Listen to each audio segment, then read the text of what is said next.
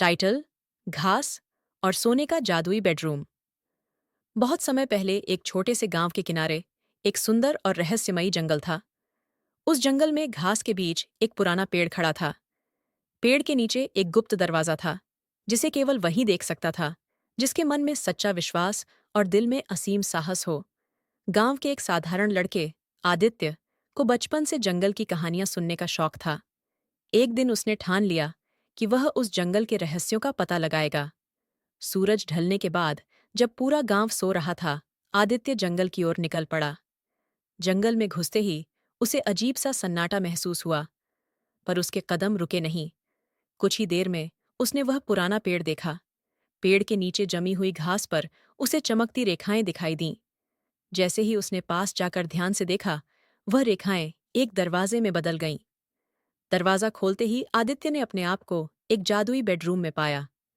उस कमरे में दीवारें सोने की थीं और फर्श मुलायम घास से ढकी हुई थीं। छत पर चमचमाते तारे लगे थे और कमरे में हर चीज मानो जिंदगी से भरी थी। एक बड़ा सा पलंग कमरे के बीच में था, जो खुद ब खुद हवा में तैरता था।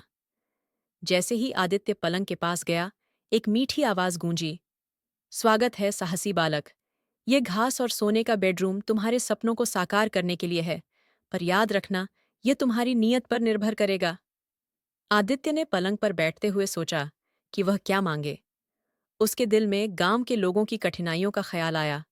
उसने कहा, अगर यह कमरा सच में जादुई है, तो मैं चाहता हूं कि मेरे गांव में किसी को भी भूख और गरीबी न झेलनी पड़े। जादुई कमरे ने उसकी सच्ची नीयत को पहचाना। अचानक पूरा कमरा सोने की रोशनी से भर गया। पलंग ने हवा में उड़ते हुए आदित्य को वापस गांव के किनारे पहुंचा दिया। अगले दिन गांव में चमत्कार हुआ। खेतों में फसलें लहराने लगीं, हर घर में भोजन और खुशहाली आ गई। आदित्य ने फिर उस जादुई कमरे को कभी नहीं देखा, लेकिन उसके दिल में हमेशा यह बात रही कि अच्छाई और सच्चाई से बढ़कर कोई जादू नहीं।